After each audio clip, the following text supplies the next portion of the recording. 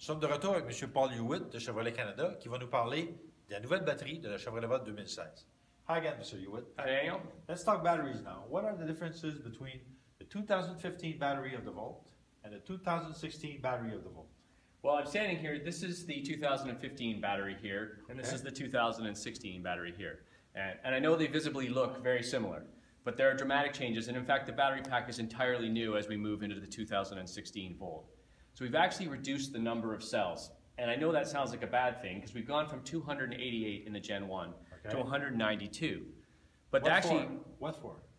Well, some of it is the advantages of weight savings again, because by reducing the number of cells, you also reduce some of the control architecture that goes along with those cells.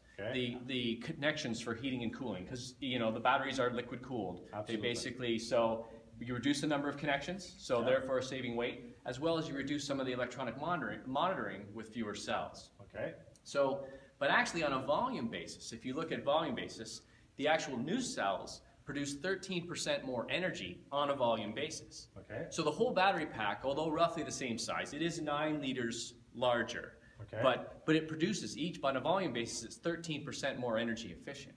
So that's big. Now on top of that, we've gone from a 17.1 kilowatt hour battery pack to an 18.4 kilowatt hour battery pack. And the usable kilowatt hours. Yeah, and we use more of it. So we go from wet to wet. Well, we use about 11.2 in the old 17.1 kilowatt hour battery pack, whereas now we're using about 14.2. So the difference is about a kilowatt of extra power that you're utilizing, kilowatt hour of extra power you're utilizing in the new battery pack. Talk to me about pharmaceutical quality of the battery. Well, what we found, and we've produced millions of cells, is that we are getting less than 2 problems per million cells. So, that's pharmaceutical level quality when you get that sort of low defective rate on your manufacturing. So we know for our Volt customers, they're having fantastic success with their batteries. The batteries are lasting way longer than our engineers even thought.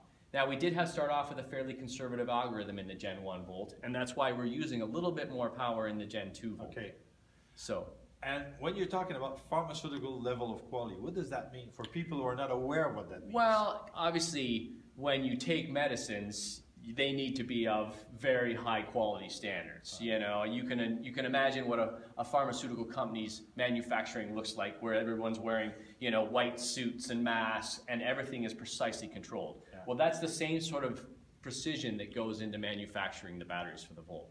And you told us yesterday about the fact that you found that the batteries of the Volt last way longer than you first thought that it would last. Yeah. Could you tell us a bit about that? Well, our engineers are constantly monitoring. We have some customers around the U.S. that our engineering organization still have ties with, and they monitor how their battery pack usage is going.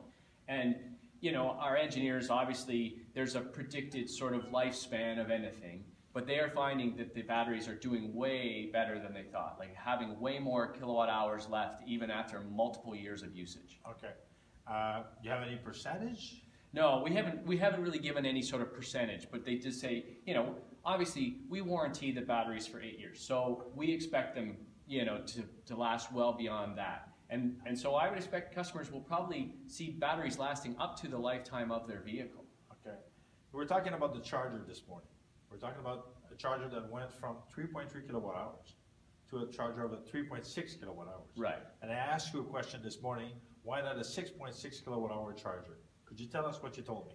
Well, we went to the 3.6 really only to make up the additional difference as we went from 17.1 to 18.4. So your vehicle will charge in roughly the same time when plugged in. 4.5 hours on 240. Yeah.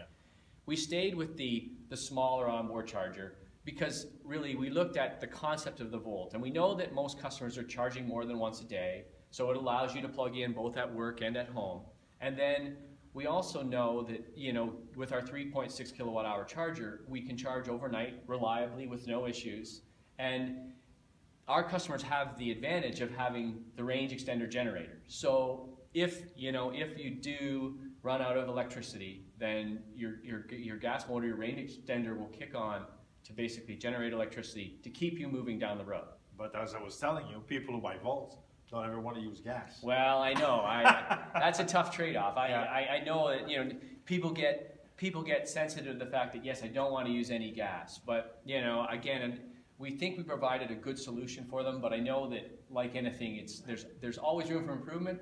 You know, we're down the road, we'll wait and see what happens. Okay. Last question. Is it true that in the Volt 2016, the engine will start when you go -10 Celsius and below? That is correct. You have, through the programmable settings for the driver preferences, you can set to either have the range extender come on at 2 degrees Celsius. That would be, so it would, +2? That's +2, yeah. And then the other setting, the setting that you can pick is not have the motor start until -10 degrees Celsius. Well, thanks a lot. Very good explanation. Thank you, Daniel. Thanks.